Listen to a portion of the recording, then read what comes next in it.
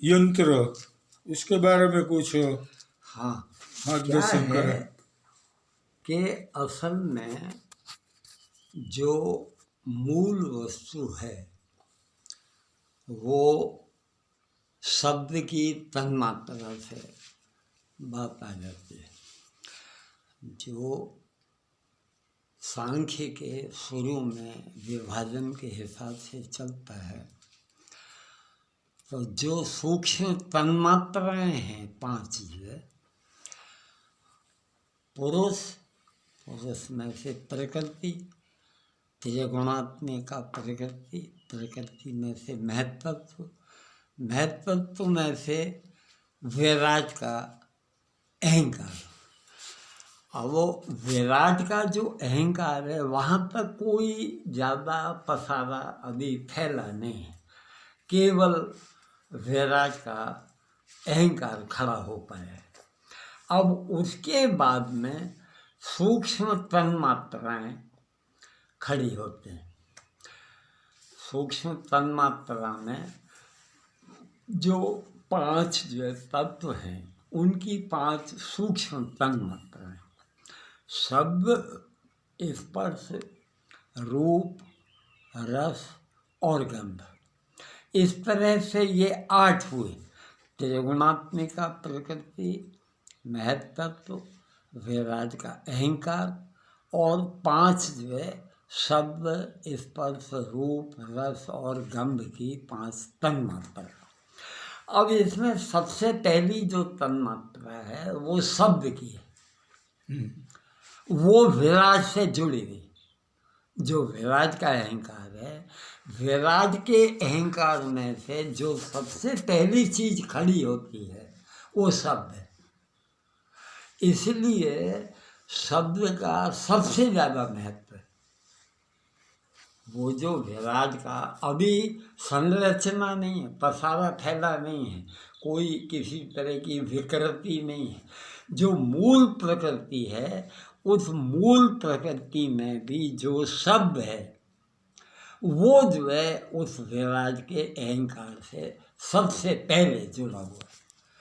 उस शब्द से, शब्द के साथ स्पर्श जुड़ा हुआ, स्पर्श के साथ रूप जुड़ा हुआ, रूप के साथ रस जुड़ा हुआ है और रस के साथ गंध जुड़ी हुई। इस तरह से वो 8 तत्व ये मूल प्रकृति का स्वरूप है।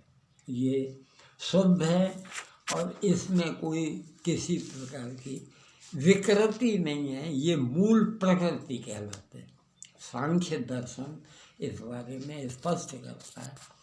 तो ये जो शब्द की तन्मात्रा है, ये जो बाद में पसारा फैला है, 16 विकृति का पसारा है, तो 16 विकृति के पसारे में वो जो मूल प्रकृति का स्वरूप है वो शब्द की तन्मात्रा, शब्द की तन्मात्रा विराट के अहंकार से जुड़ी हुई है। और वो जो शब्द की तन्मात्रा विराट के अहंकार से जुड़ी हुई है, उसी को केंद्र में रख करके ओंकार के बारे में इशारा किया जाता है कि भाई सबसे पहला जो शब्द है वो ओंकार है। अच्छा, अब उसके बाद में तुम्हारी अपनी ये जो देवनागरी लिपि है, इस देवनागरी लिपि में अक्षर हैं जो 52 अक्षर कहलाते हैं। 52 अक्षरों में से जो दरेक अक्षर है वो अपने आप में एक मंत्र ही है। जैसे शाक्त संप्रदाय में 52 शक्ति पीठ कही जाती हैं, वो 52 शक्ति पीठ जो है उसका स्वरूप जो है वो 52 अक्षर मौजूद है। अच्छा, तुम्हारी देवनागरी लिपि में 52 अक्षर आते हैं, तो उनमें से अब बहुत से जो इस मार्ग के आचार्य, दूसरे इस तरह के तत्व प्राप्त महापुरुष, उन्होंने उन अक्षरों में इस तरह की जो शक्ति सन्निहित है और उस शक्ति का जो है समन्वय भी किया है, वे मंत्र कहलाते।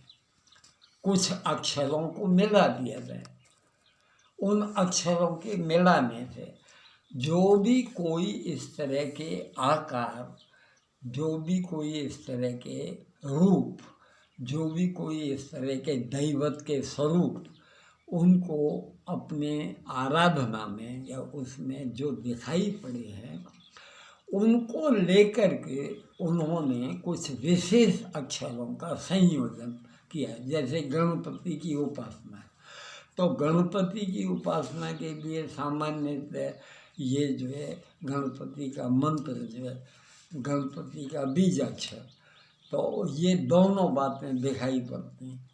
गंग जो है वो गणपति का बीजाक्षर है, दूसरी ओर जो है गणपतये नमः वो उसका मंत्र आता है।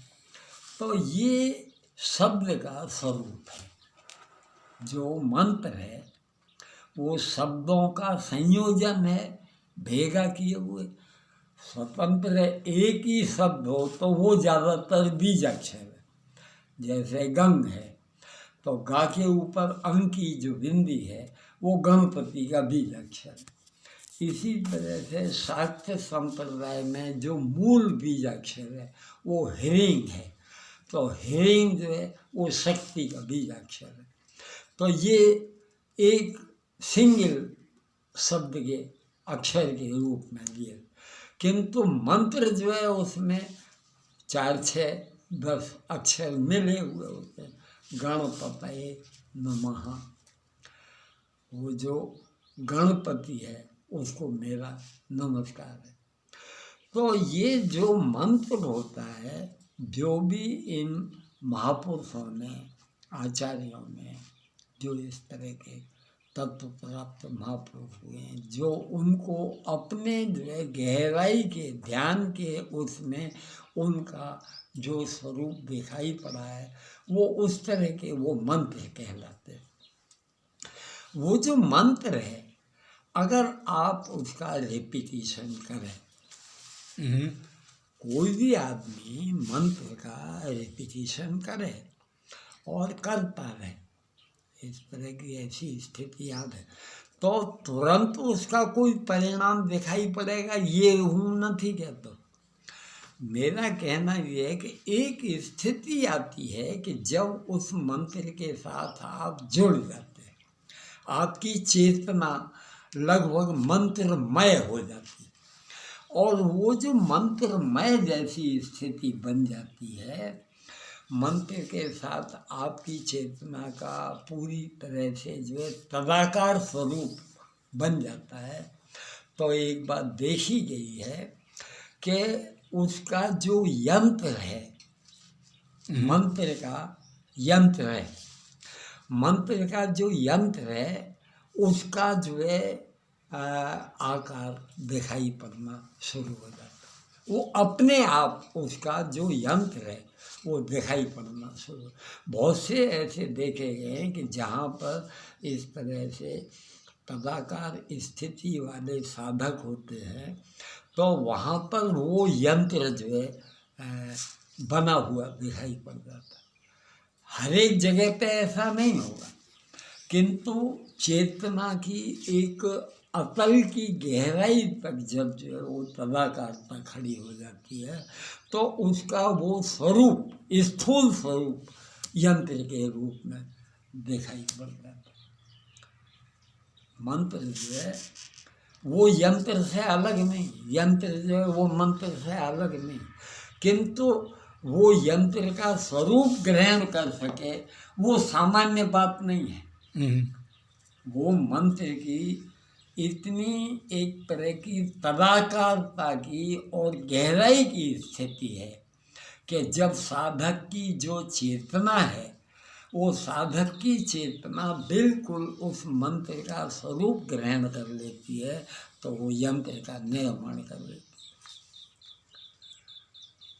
तो अब बहुत सी बार हमारे यहाँ ज़्यादातर ये देखा गया है कि उनके यंत्र हैं, उन लोगों ने उन यंत्रों का दर्शन भी किया महापुरुषों ने। तो वो जो यंत्र हैं, उन्होंने जो यंत्र जो है बनाए हैं, उन यंत्रों को स्थूल स्वरूप में लोग पकड़ देते हैं और वे ऐसा मानते हैं कि हम इन यंत्रों की रचना कर लें, किसी विशेष जो है पात्र के, तांबे का पात्र है, चांदी का है, कुछ और है या वैसे, और उसकी पूजा करें, वैसा करें तो ये हमको मंत्र जो है अपने आप वो सिद्ध हो जाएगा, ठीक हो जाएगा। ऐसी एक समाज में मान्यता घर कर गई। मैं ये नहीं कहता हूँ कि ये जो इस तरह का जो प्रयत्न है वो व्यर्थ जाता है। वो थोड़ा बहुत अपना कुछ न कुछ जो आप भावपूर्वक यंत्र के साथ भी आप जुड़ते हैं, उस यंत्र को आधार बना करके मंत्र का जप करके आप उस स्थिति को पकड़ने को, तो सभी चीज़ें भेगी हो जाती। अब इसी में क्या होता है कि ये जो मंत्र है जो उस महापुरुष को मिला है, जैसे गायत्री मंत्र है, तो गायत्री मंत्र का जो दृष्टा है वो महर्षि विश्वामित्र है। विश्वामित्र जो है गायत्री मंत्र का दृष्टा ऋषि है। अच्छा, उसने उसका यंत्र भी, गायत्री का यंत्र भी दिया हुआ है। तो वो जो विश्वामित्र का गायत्री मंत्र का दर्शन है जो उसको हुआ है, उसके साथ उसने फिर जो गायत्री की उपासना की पद्धति और कुछ विशेष नियम, आइन, कानून, उसका तरीका क्या, कैसे उसको वो करना, वो जो विधि विधान है, वो विधि विधान उसका तंत्र है जो कि भाई ऐसा करो, पूजा का सामग्री फलाना हो, उसको ऐसे करो, वैसे करो, ऐसे व्यवस्था करके खड़ा करो और उसका, तो वो तंत्र की जाए। तो ये तीनों चीज़ें, मंत्र, उसके साथ अगर स्थिति तदाकार हो तो यंत्र का भी स्वरूप उसको अनुभव हो सकता है, और यंत्र के साथ जो उसका तंत्र उस महापुरुष के दिशा निर्देश से चलता आ रहा है, उस तंत्र के द्वारा व्यवस्थित रीति से किया जाए तो जो है उसमें उपयोगी होता है और सही दिशा में ले जाने में आपको निमित्त बनता है।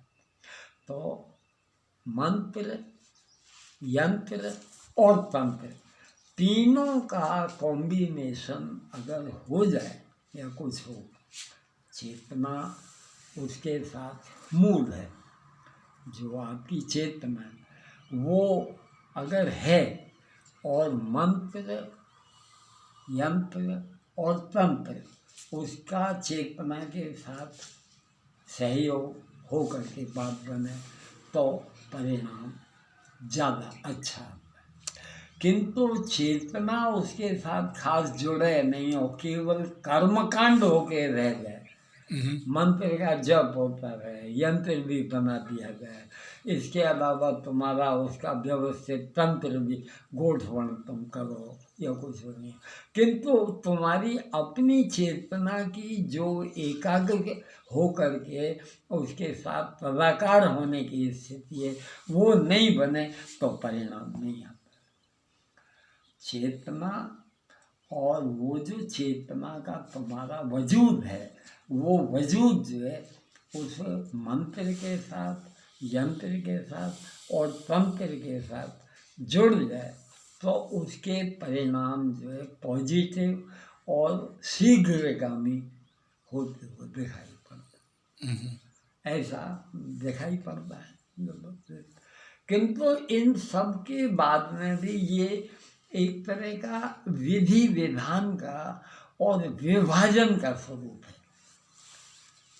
विधि विधान है और विभाजन है, ये देवता, वो देवता, उसका मंत्र, उसका यंत्र, उसका तंत्र, उसका वो, यही है जो तत्व का जिज्ञासु है, जो उस एक सत्ता के बारे में विचार करने के लिए प्रयत्न कर रहा है। वो एक उसके लिए ये अपना उपयोगी होते हैं, मदद करते हैं, किंतु लक्ष्य उसका एक सत्ता की तरफ हो तो, और नहीं तो ये चीज़ें रिद्धि सिद्धि चेतक चमत्कार, और ज़्यादातर लोग इन मंत्रों का तंत्रों का यंत्रों का जो विधि विधान और वो ज़्यादातर उसके उन परिणामों के लिए, जो रिद्धि सिद्धि के परिणाम हैं उनके लिए ज़्यादातर उपयोग करते हैं। तो वो जो आपका क्या लक्ष्य है